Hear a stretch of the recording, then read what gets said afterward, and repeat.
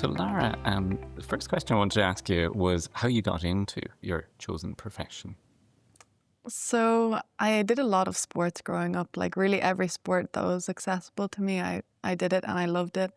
And I wanted to represent Ireland in all of them. Then it narrowed down, became looking like it was going to be running, then hockey, and then I just found cycling when I was in transition year and I joined a club. And I found out I was really bad at it, which was quite unusual because I was always quite competitive, even with the boys in all the other sports. So I worked really hard, trained that year and got selected on national teams. And then it just kind of fell into place from there. But I never really knew that it could be a job until maybe even like COVID times. It's great to be doing something that you enjoy and it's your work as well. So you've had injury in the past. So have you got any advice for people? How do you deal with that? How do you recover well from injury? Yeah, I had 2 years out of sport completely, more with illness, and it was a lot of chronic fatigue and that really frustrating part where it's not like a broken bone where the doctor says 6 weeks and then you'll be fine. It's one of those where you're like, am I okay today? I don't know. If you do something one day and then it's too much, does that set you back for another 2 weeks? So it's a lot of patience, and I would say I really learned that skill of being present, that skill of this isn't the only thing in my life and I can still have a good day without, doing a training session, even though that's my favorite thing to do.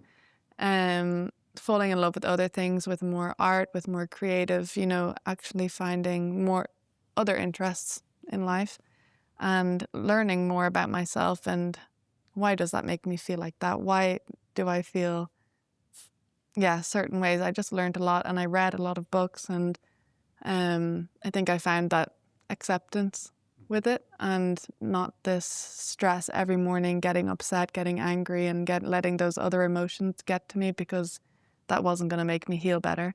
So I realized that once I thought positively and in my body, once I felt positively, that I was going to heal faster. And that's what I always have tried to do since then as well. This year, 2 or 3 weeks before the tour, maybe even one month before the tour, I had a bad crash on my sacrum and my coccyx. And I couldn't cycle for about 2 weeks. And I thought, oh, that's it, done. But I just reframed it in my head and I said, it's okay if I don't go to the tour. I have the World Championships at the end of the year in October. If I can't cycle until September or something, I know I can still be in shape for the World Championships. And that shifting of mentality where I just said, it's okay.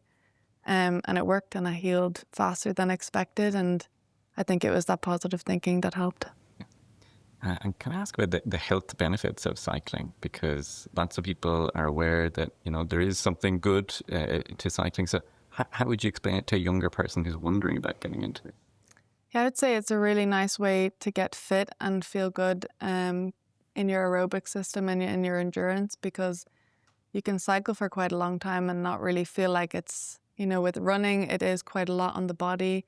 Also, running is an amazing sport. I'm not bashing running, but you can go further places. You can also see the countryside. You can see different places, but especially for your heart, you can be at a low level intensity for quite a long time without putting too much strain on your body. And that's the same with cycling, that it's also not putting too much strain on your joints and everything like that for injury purposes, that you can do more hours on the bike than, for example, maybe running or other high impact sports.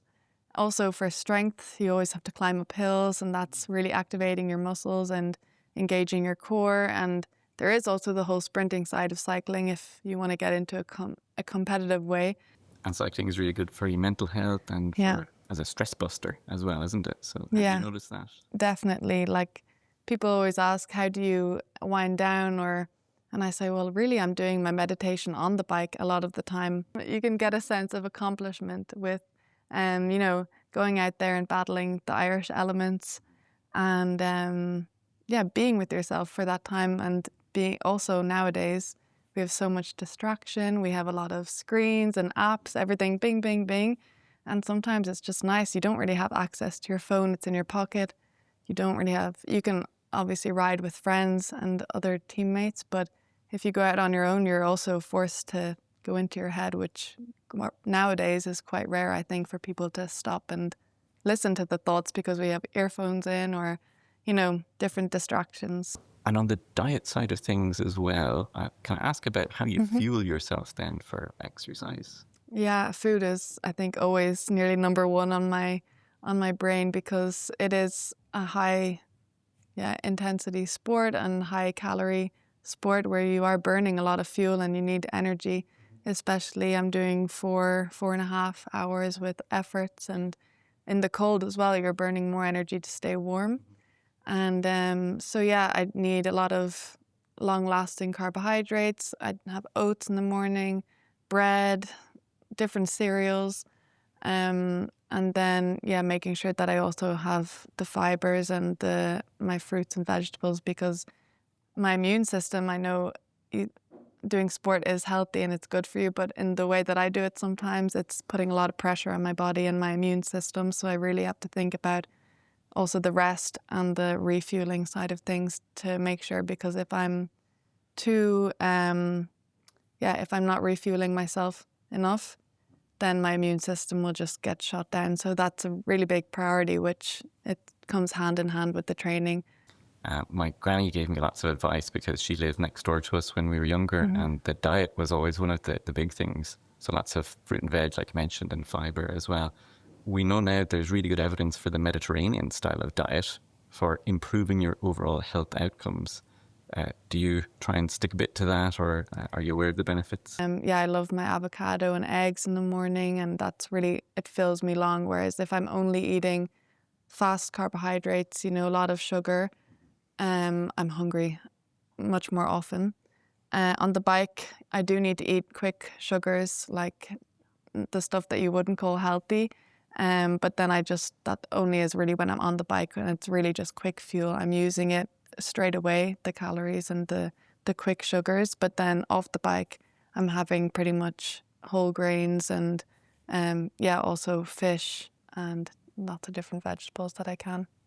For the exercise intensity and with training particularly, would you do 80% aerobic and 20% more intense, or do you measure that, or do you just go with your gut feeling? No, I have a coach. So I work with a coach daily, and my plan is set out I know my plan for every day, basically the whole year is planned for me.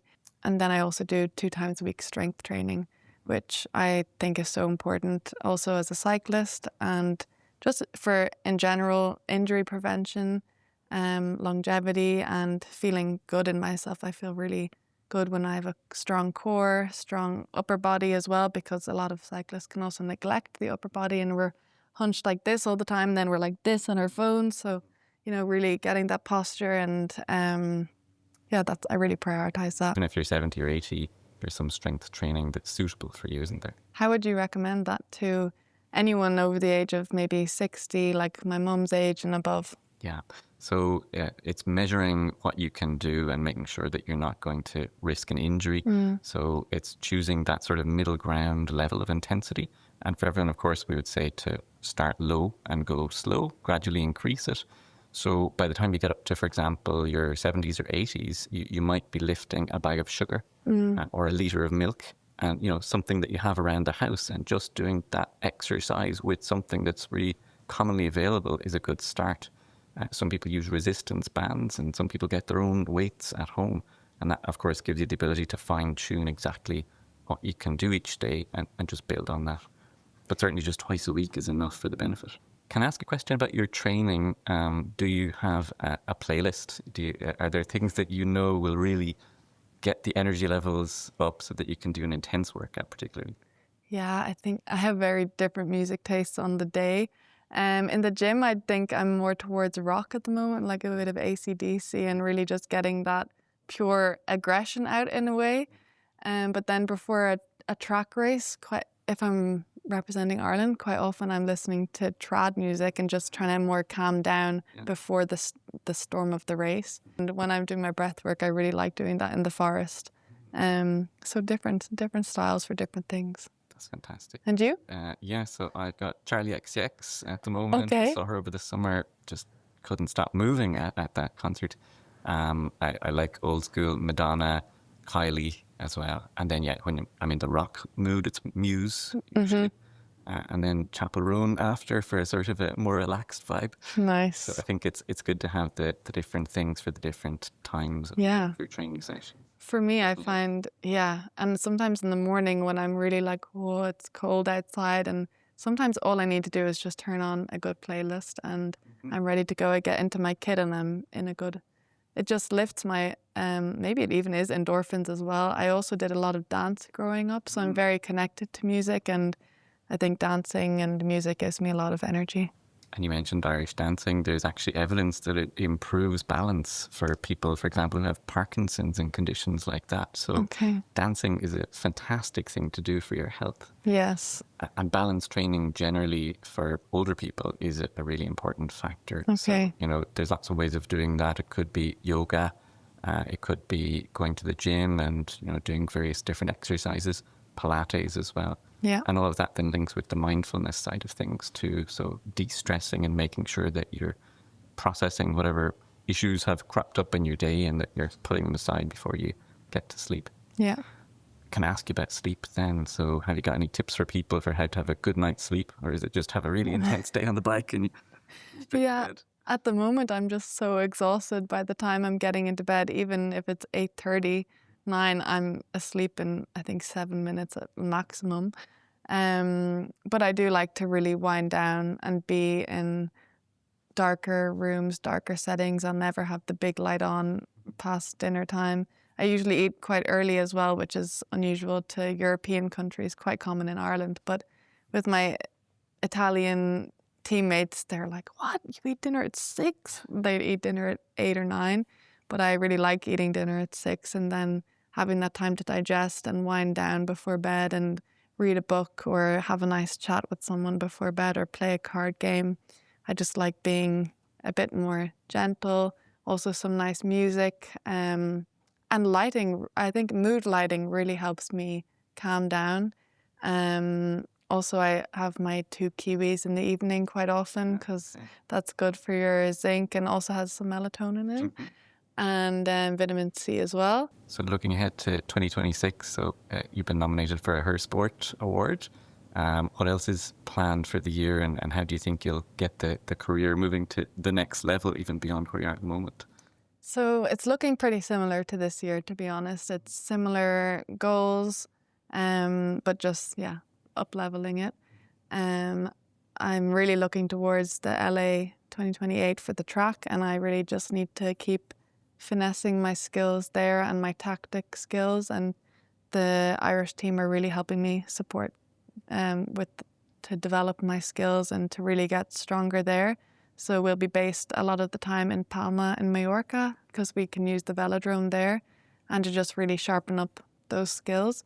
And then the rest of the year will be week to week with my road professional team, UAE, where I'll be in Belgium and getting into those classical races where it's all in the bad weather of February, March, April, May, and up cobbles, cobble climbs. I love that stuff, and it's hardcore, but I love it. Yeah, you're building all these skills and all these strengths in your body where you're building up your immune system, building up your muscles in your body to withstand life and everything that comes with it, and all the stress that comes with it also, because cycling is also quite a mentally stressful sport. There's also danger involved and risk involved and pressure from the teams and points and even financially.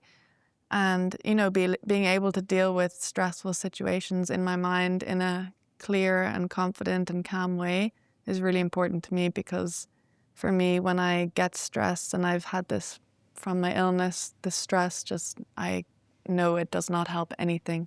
And it only makes me more susceptible to injuries, illness. And I think that's a big secret, is being able to stay calm even amongst a stressful environment.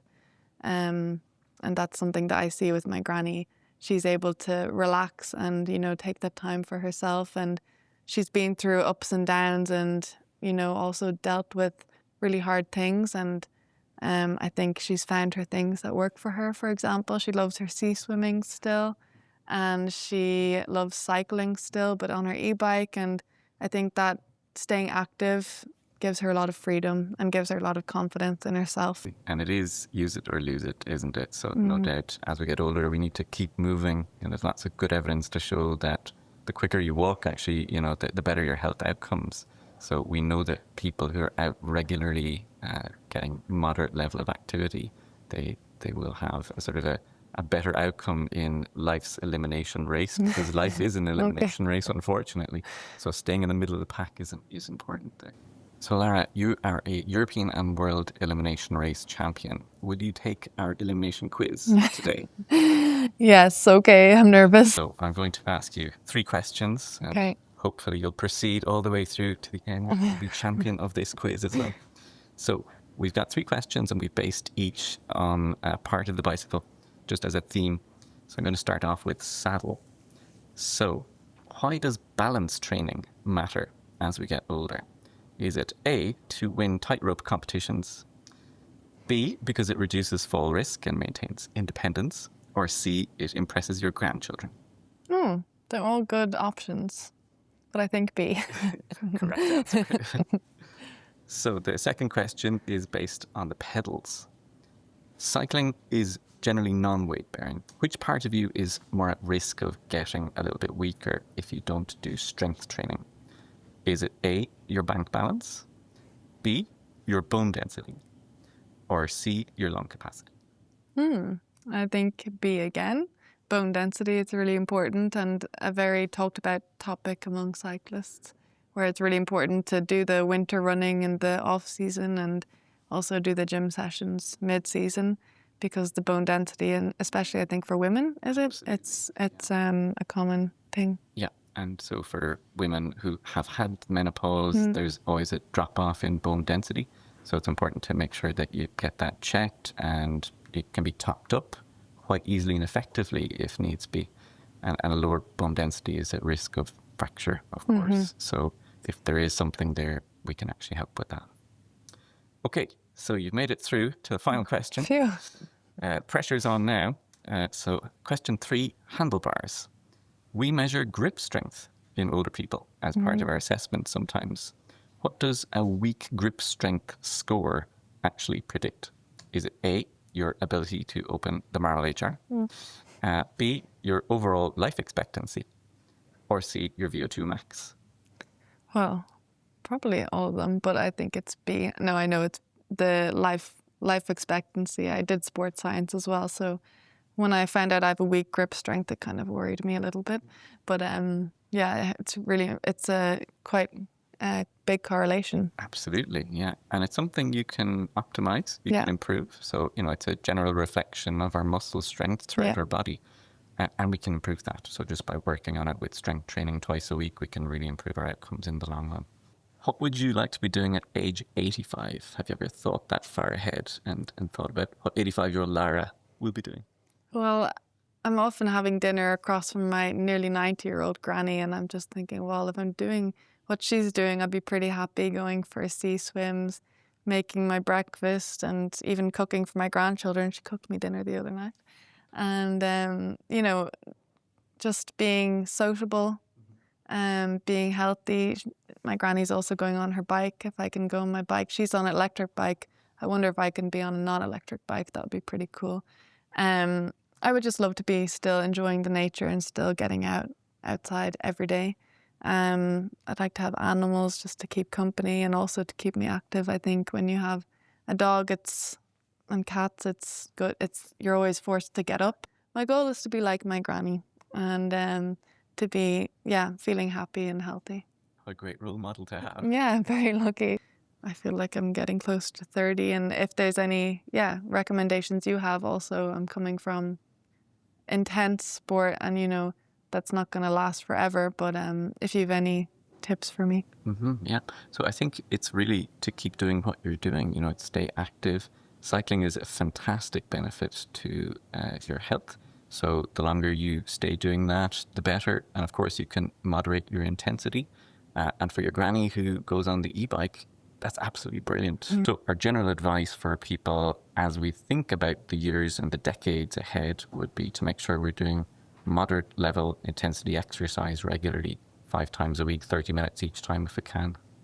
Twice a week, doing some strength training, so lifting is good for you. Making sure you've got a healthy diet, so that's generally the Mediterranean diet is the one that has most evidence to show that your brain health will be good in the long term. Having a good social circle and keeping that network around you of family and friends close. And then other things would be making sure your brain would be busy as well. So that could be hobbies or interests. It could be work, could be fantastic. So it's just to do things that make your brain feel like it's active every day. And then on the other side, it's making sure that you've got rest. So good 7+ hours of solid, good quality sleep each night. And then avoiding the things in life that unfortunately we might like but are not good for us, like alcohol and smoking, of course, associated with worse health outcomes. But it's never too late to change anyone's habits for smoking or alcohol. And there's an immediate benefit as soon as you reduce your intake. Okay, cool. There's lots of different things over the years. Sounds like you're well on your way to being a very fit and healthy 85-year-old. Lara, thank you so much for coming to chat to us. It's been an absolute pleasure. Thank you so Best of much. luck for 2026. Great to meet you. You too.